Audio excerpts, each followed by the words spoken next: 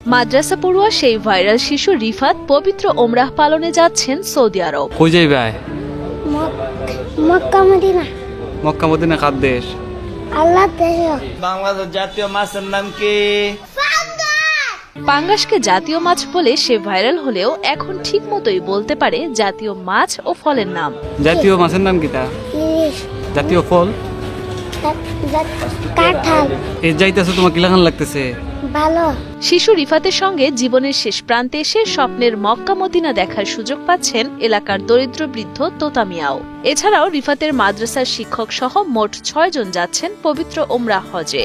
রিফাতের শিক্ষক কারি আব্দুল কুদ্দুস জানান, ২০২৩ সালে ডিবিসি নিউজের কল্যাণে সারা দেশে পরিচিতি পায় ছোট্ট শিশু রিফাত। এরপরই মূলত এবার শাহজাহান নামের এক সৌদি প্রবাসীর অর্থায়নে যাচ্ছেন শিশু রিফাত ও তার সফর সঙ্গীরা। খরচ বাবদ আনুমানিক ৯ লাখ টাকার পুরোটাই দিচ্ছেন মহৎ সেই প্রবাসী। আমাদের সাথে যে ভাইরাল রিফাত, তুতাবাই, আনোয়ার মামা, আমি সহ আমার আব্বা আম্মা সহ আলহামদুলিল্লাহ উমরাতে যাচ্ছি।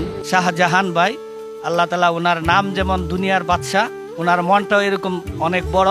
ওনার উসিলায় রিফাত সহ ওনাদের টোটাল ৬ জনকে ওই মাদ্রাসার রিফাতের হুজুর, আনোয়ার মামা, তুতাবাই এবং তার আব্বা আম্মা সহ এই ৬ জনের সম্পূর্ণ খরচ উনি বহন করতেছেন। সর্বপ্রথম কিন্তু ভিডিও ডিবিসি নিউজ থেকে আলহামদুলিল্লাহ আপনারা প্রচার করেছিলেন সর্বপ্রথম। এরপর থেকেই আলহামদুলিল্লাহ সারা বাংলাদেশ রিফাতকে চিনে, আমাদের মাদ্রাসাকে চিনে।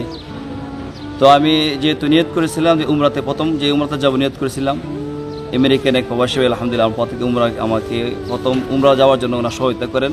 তো আমি সেখানে যাওয়ার পরেই প্রথম যে কাবা ঘরের ভিতরে গিয়ে ঢুকছি, প্রবেশ করে সব নিয়ত করেছি আল্লাহ আমাদের তৌফিক দান করে আবার রিফাত, তুতাবাই, আনোয়ার, আমার আব্বা আম্মাকে নিয়ে সহ আবার যেতে পারি। শিশু রিফাতের সফর সঙ্গীরা জানান, হজে যেতে পেরে বেশ উচ্ছ্বসিত তারা। অভাব অনটনের সংসারে যেখানে কোনোদিন হজে যাওয়ার ইচ্ছে পূরণ হতো না, সেখানে প্রবাসী শাহজাহানের উদারতায় তাদের স্বপ্ন পরিণত হচ্ছে বাস্তবে। তাই দেশবাসীর কাছে সবার জন্য দোয়া করেন হজযাত্রীরা। আল্লাহ জায়গাটা দেখলাম, বিদেশ জায়গাটা দেখলাম, ইচ্ছা আছে, আল্লাহ নেওয়াইতে আছে, আমার ক্ষমতা নাই, আমার সাধারণ ভাই নেওয়াইতে আছে। হ্যাঁ, মনটা খুশি খুশি লাগতেছে।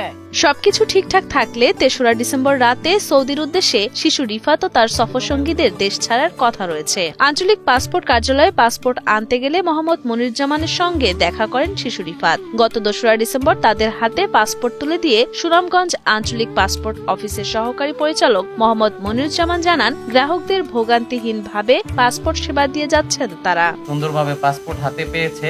পাসপোর্টের সেবা সহজে যেভাবে নিতে পারেন, আমরা আপনাদের যেভাবে সহজে সেবা দিতে পারি, রিফাতের মতো সবাই যাতে খুশি মনে পাসপোর্ট নিয়ে বাড়ি যেতে পারেন, এটাই আমাদের কামনা।